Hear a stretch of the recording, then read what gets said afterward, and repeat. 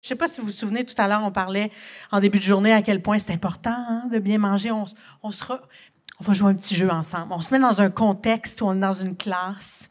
Puis justement, on a eu un super bon déjeuner. Puis on est super attentifs. Puis on a des beaux sourires. Puis nos yeux brillent. Puis c'est le fun. Quand on enseigne, c'est comme ça. On les voit, ces étudiants-là, ces jeunes devant nous. Puis on est très inspirés. Puis on se motive mutuellement. Mais là, ici, il y en a un qui a un soleil dans la face constant. Des étoiles qui brillent tout le temps. Il est là, il est juste là. C'est toi, Ricardo. J'aimerais t'inviter à venir sur scène, partager le bonheur que tu as d'être ici aujourd'hui. Oh, puis en plus, il est magané. Peux-tu donner un coup de main? Je me demandais de qui qu'elle parlait. J'ai hâte d'entendre ça. Je voulais juste vous dire à quel point j'étais fier, honoré. Au début, quelqu'un aussi dit nerveux parce que je trouve que c'est quand même un moment historique. C'est la première fois, même je pense au Canada, que autant d'intervenants, je pense qu'on est quelque chose comme 500 aujourd'hui, à participer à cette réflexion-là. Puis c'est important de marcher ensemble. Depuis les 6 dernières années, j'ai le privilège de travailler avec une formidable équipe dans le Lab École pour repenser à des lieux physiques.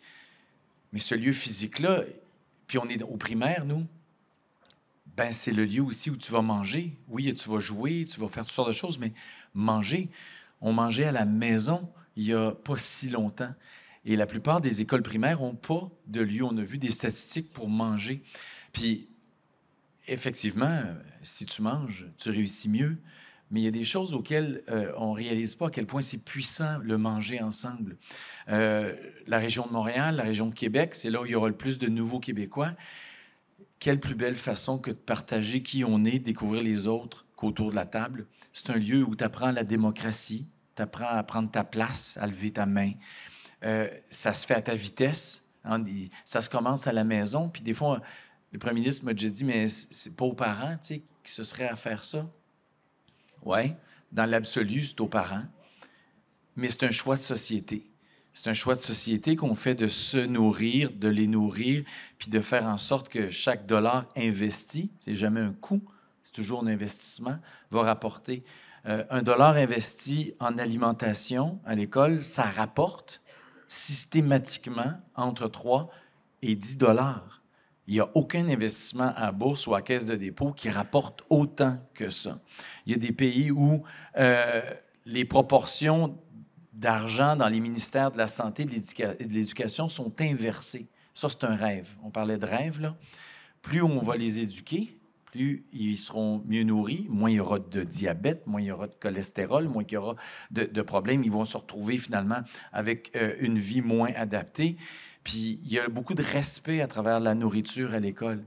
Puis manger, puis souvent, on le voit, nous autres, quand on adapte, il n'y avait jamais d'études, aucune étude, jamais, sur l'ameublement, par exemple. Mais tu n'as pas le goût de manger avec 22 personnes des fois. Tu as le goût d'être seul avec un ami parce que tu as eu une matinée rough ou à la maison, c'était pas facile. Mais de réfléchir des détails très, très concrets comme ça, dire comment je peux faire pour que ta vie soit plus agréable. J'ai mangé dans des dizaines et des dizaines d'écoles primaires avec des enfants, puis à chaque fois, je leur demande qu'est-ce que je pourrais faire pour améliorer ta vie. Ils me disent j'aimerais ça manger dehors. J'aimerais ça avoir le temps de manger. Combien de parents ont eu cette expérience-là? Ton enfant revient à la maison, puis sa boîte à lunch est comme à moitié mangée, puis tu dis, t'as pas aimé ton lunch?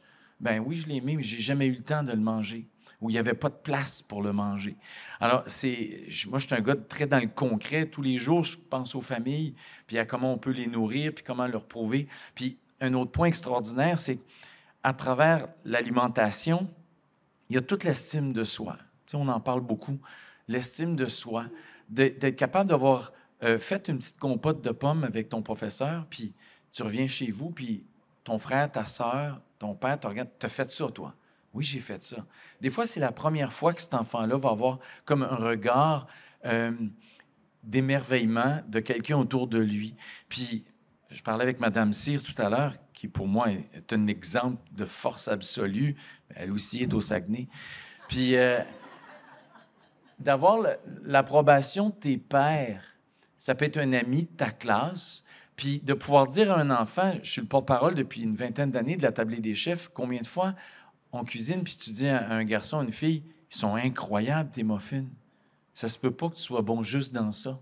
C'est notre travail d'adulte de trouver là où tu es bon, en plus de faire des Christy de bons muffins. Tu sais, il y a quelque chose là-dedans qui est extrêmement valorisant, puis qui va payer à long terme socialement, qui va faire qu'on n'aura pas les problèmes que les Américains ont ou que plusieurs pays européens ont. C'est un choix qu'on doit faire maintenant, se choisir comme société, puis investir un maximum dans tout ce système éducatif-là autour de l'alimentation, du bien-être, puis de l'épanouissement de soi. Pour moi, ça va tout ensemble, ça.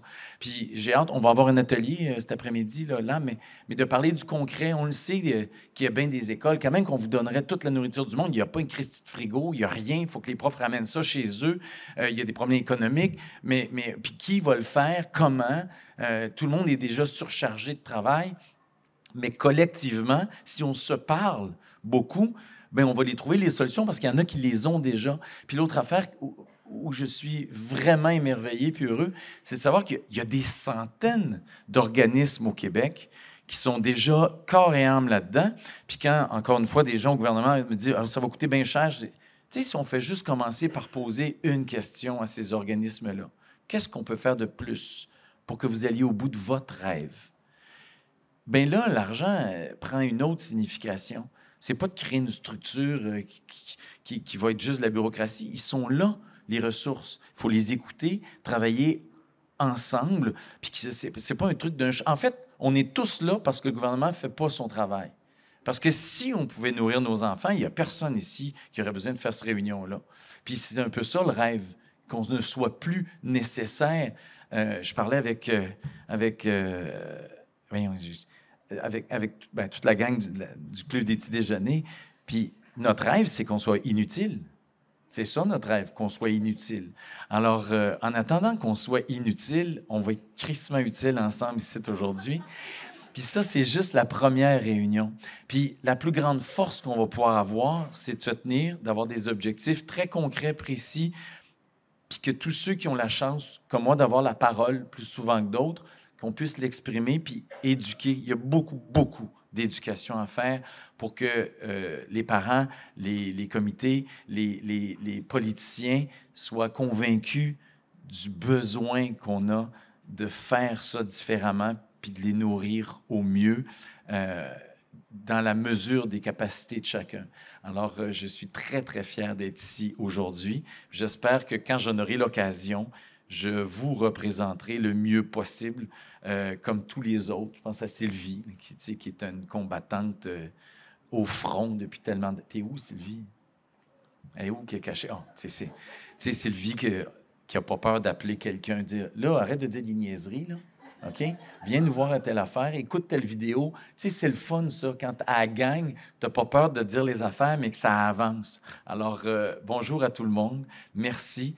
Et puis, c'est-tu Christina Blais, ça? Christina? J'ai pas mes lunettes. C'est Christina Blais que je vois? Non, c'est pas elle, parce qu'elle m'aurait répondu. C'est pas elle.